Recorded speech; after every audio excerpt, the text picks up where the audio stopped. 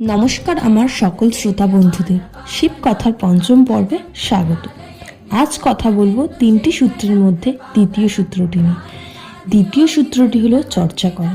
তো এই দ্বিতীয় সূত্রটির কি মানে বা এটা আমাদের কাছে কতটা বা কেমন গুরুত্বপূর্ণ সেটা নিয়ে বিস্তরভাবে আলোচনা করব।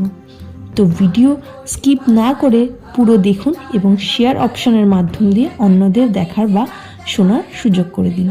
এবার আসা যাক মূল কথায়, চর্চা করার বিশ্লেষণে।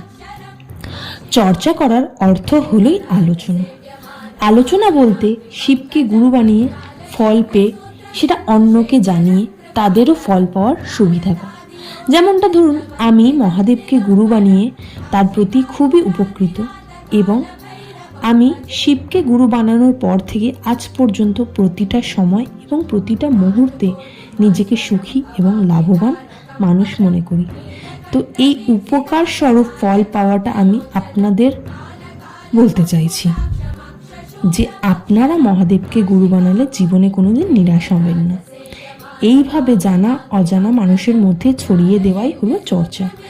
কারণ মহাদেবকে গুরু বানিয়ে না তাকে আমরা কিছু দিচ্ছি আর না কোনো কঠিন নিয়মে বেঁধে রাখছেন তিনি, কিন্তু প্রতিটা শিষ্যের তার গুরুকে গুরু দক্ষিণা দেওয়ার কর্তব্য পালন করতে হয়। তো এই চর্চার মাধ্যম দিয়ে প্রতিটা মানুষের মধ্যে ছড়িয়ে দেওয়াটাই আমার গুরু তার গুরু দক্ষিণা হিসেবে বেছে নিয়েছেন। তো আজকের জন্য এতটাই। আবারও দেখা হচ্ছে পরবর্তী ভিডিওতে। আর হর হর মহাদেব কমেন্টে লিখতে কিন্তু ভুলবেন না। আর ভিডিওটি ভালো লাগলে অবশ্যই লাইক, কমেন্ট, একটা শেয়ার করে যাবেন।